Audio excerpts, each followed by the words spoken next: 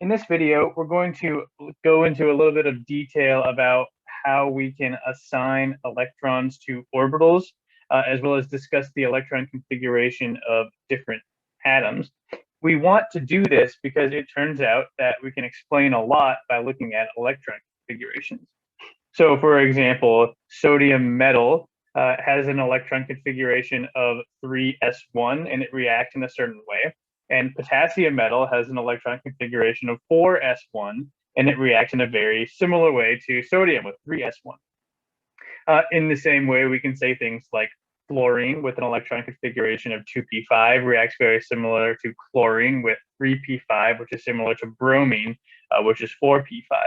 So the location or the distribution of electrons in an atom has a great deal to do with how it reacts with other atoms.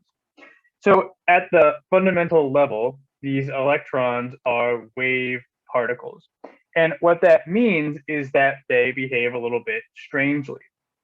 Like we talked about in class, electrons exist in this quantum mechanical realm in which their energy is quantized. And the energy is quantized according to 3, and then there's a fourth quantum number, like I've shown down here. So, and remember, these quantum numbers are all related. So this first number, n, simply goes from 1, 2, 3, and it's these integers. And these are the integers we can see here shown in all of these various orbitals. So for example, in this 1s orbital, that 1 there is our quantum number n. Now, L is related to n. Again, it's also quantized. Unlike n, L starts at 0. It also takes integer steps, but it can't be greater than n. So, for example, L here, if we have an n equal to 1, L starts at 0 and it goes up in integer steps, but it can't be greater than n. So the biggest thing it can be is n minus 1. So L, if n is 1, then L can only be 0. If n is 2, L can be 0 or 1. If n is 4, L can be 0, 1, 2, or 3, and so on. And the way we represent these L's are in these different letters. So for example, an L equals 0 indicates an s orbital. An L equals 1 indicates a p orbital. An L equals 2 a d, and an L equals 3 an f orbital. Now there are, of course, possibilities to have greater orbitals, but those are not observed in the ground state for any elements on the periodic table, so we typically stop there. The last quantum number we have here is m sub L, and that, again, is a quantized number, and it ranges from plus L to minus L. So in our example of n equal 2, L equal 1, which is what we've shown here for a p orbital, ml can be 0, plus 1, or minus 1. If L is 1, I can go from -1 to 1 in integer steps.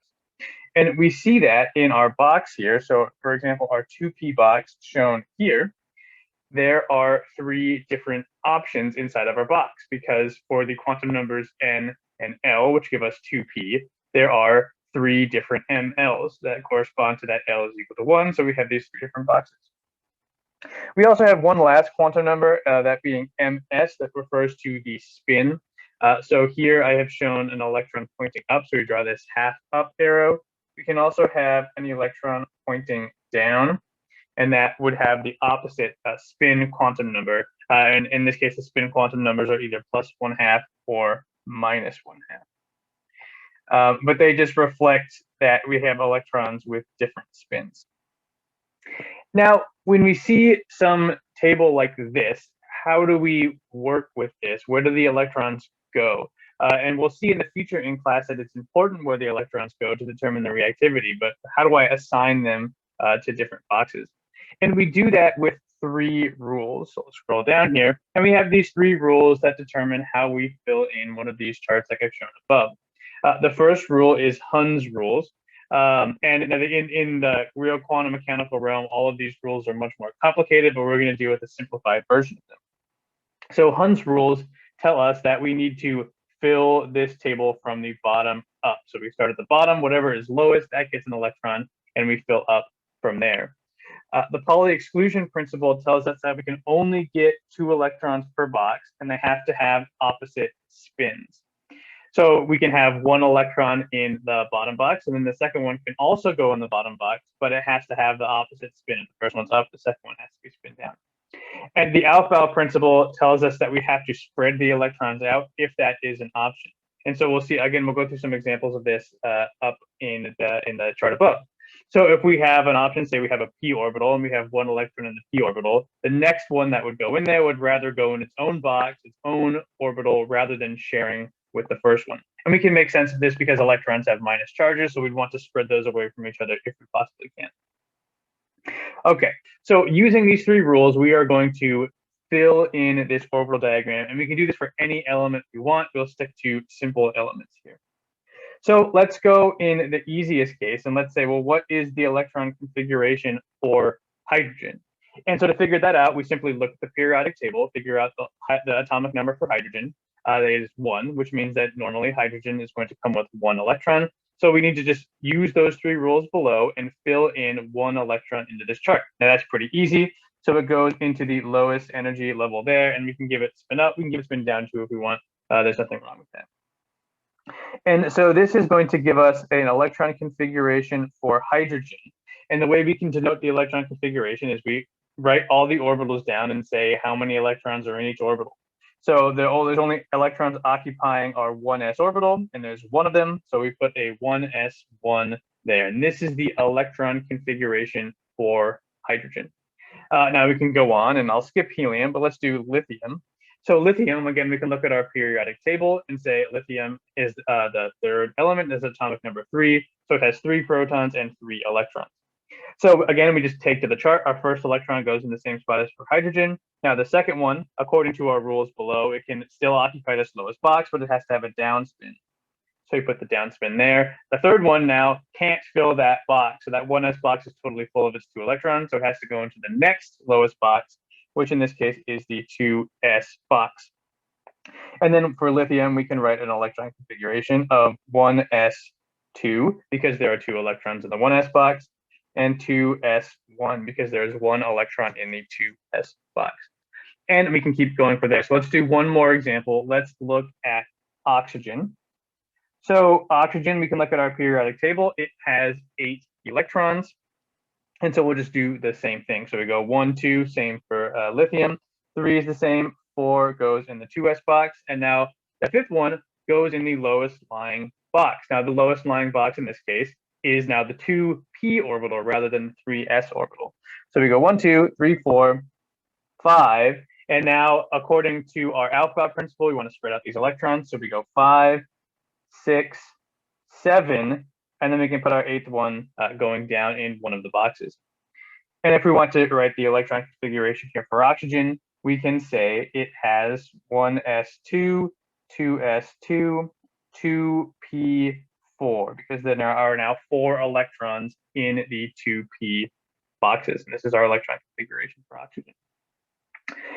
So this is all, relatively straightforward. It's easier when we're working with these smaller elements, but it's the same for heavy elements as well. All we have to do is follow our principles and fill up these boxes. And you might be looking at these things and say, well, these are crazy. How could I possibly be expected to know what order these electrons would be filled in? And in some cases, that's true. And of course, the real world is never as simple as we draw it out here. But if we imagine that it is this simple, we actually don't need to memorize any of these things. We don't need to memorize the order of these. Especially, you can see it starts to get weird in this window up here, and we'll look at some examples of that in a second. But the order of these orbitals is reflected in our periodic table. So if you grab a periodic table, you can look and you can notice that this periodic table is divided into different pieces. So for example, those first 2 columns of the periodic table, and hydrogen and helium are kind of outliers. They don't really belong anywhere because they're so small. But those first 2 columns just have they're just 2 columns. And there's this separate section that's these 2 columns. And that's reflecting the nature of these. When you're putting electrons into these elements, you're putting electrons into s orbitals. Then you can look all the way on the other side of the periodic table. You can look at the last 6 columns. And again, there's this block there. You can call that the p block, because in this block, you are filling in electrons into p orbitals. And that is, again, that block is 6 elements wide, just like there's room in our p box here for 6 electrons. And the same can be said for the transition metals. So the transition metals is 10 elements wide, just like we have room for 10 electrons in our d orbitals. And then that special spot at the bottom for the rare earth elements and the radioactive elements, that is 14 elements wide. And depending on your periodic table, sometimes it could be 15, depending on what they do with elements 57 and 89. And that one has room for the f orbitals. So if I want to say, okay, well, what order do I put these orbitals in? How do I do it? We can just simply look at the periodic table. So for example, let's grab element number 42, which is molybdenum. And we can say, well, how do I know what is this electron doing? All we have to do is look at where it is on the periodic table. So molybdenum number 42 is right in the middle of the D block. And so that means it is filling in the d orbitals. Now the numbering can get a little tricky. Again, remember that the numbering here is due to the quantum numbers. So even though that molybdenum is on row 5 of the periodic table, it's only the second row of d orbitals, and the first one is 3, because when we have n equal to 3, then our L can be 0, 1, or 2, and that L equal 2 is the d orbital. So we have this 3d that corresponds to that first transition row level, and then molybdenum is in the second row, so it's filling in 4d. And we can actually go ahead and let's do that example. So let's look at the electron configuration of molybdenum. And all we do, again, is just follow our same rules. This is going to be a little bit because there's 42 electrons here, but we can simply do that. So for oxygen, we already have 8. So then we'll just go 9, 10, 11, 12, 13, 14, 15, 16, 17, 18. And you can notice here, as I draw in each of these electrons and count them, I am drawing the electron configuration for each element that I count out. So I just counted out 18. That corresponds to argon, and this is the electron configuration for argon. If I do 19, one more, this gets us to potassium, and you'll recall earlier in the video I said that potassium has a 4s1 configuration, and here we have shown that as well. So we have 19, and then we have 20, and now our lowest energy level is now this 3D section instead of the 4P, so we'll go ahead and fill in the 3D. So we have 20, 21, 22, 23, 24, 25, 26, 27, 28, 29, 30. And now the next one is this 4P. So we'll go 31, 32, 33, 34, 35, 36, 37, 38, 39, 40, 41, 42. And we can see that this molybdenum, we would expect to have a 4D4 configuration. Now, there is actually some funny business that goes on here, but for the purposes of this discussion, we're going to just assume that it's as simple as this right here. So if I wanted to write the electron configuration of molybdenum, all I have to do is show all of these orbitals and the number of electrons in them. And you might think that's a pain in the butt. We're filling in, what's this, 10 orbitals, and I don't want to write all those things out. I don't want to write 1s2, 2s2, 2p6, on and on and on. And there's a shortcut. And the shortcut is to recognize that when we have a completely filled shell, which happens at the noble gas column, that is the same here. So we can look at krypton, which is element 36, and say that our molybdenum configuration is the exact same as krypton with a little bit extra, and that little bit extra comes from our 5s and our 4d. So we can write our molybdenum configuration is krypton, and then 5s2, 4d4. And inside of this krypton configuration is everything that we didn't want to write. So krypton is 1s2, 2s2, 2p6, 3s2, 3p6, 4s2, 3d10, 4p6. So this is all inherently built into the electron configuration that we substituted here for krypton. So we could do the same thing again, looking at potassium. Remember, I said potassium was 4s1. So we could write potassium is equal, the electron configuration of potassium is the same as argon, which is our nearest noble gas. And then on top of argon, it has a 4s1 configuration. And you have to stick to noble gases because there is some funny business that does happen with the D and the F element. So it would be wrong to say that molybdenum is the same as calcium with 4d4, because in fact it actually isn't. There's some funny business that goes on there. But we can stick to the noble gas configurations, and krypton always has this configuration denoted here. So I hope this video was helpful and gave some insight into how we fill these orbitals. As we go on in class, we will see why we care about these electron configurations. Again, it has to do with certain reactivities of these elements. And for the most part, we are going to stick in this window down here with these smaller guys for this purpose of this class, because we're typically more interested in these molecules since they make up things like our bodies and other forms of life.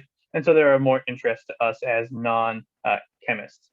And so with that, I'll leave you here. Hope this video is helpful to you and gives you a little bit more understanding into how we do these electron configurations.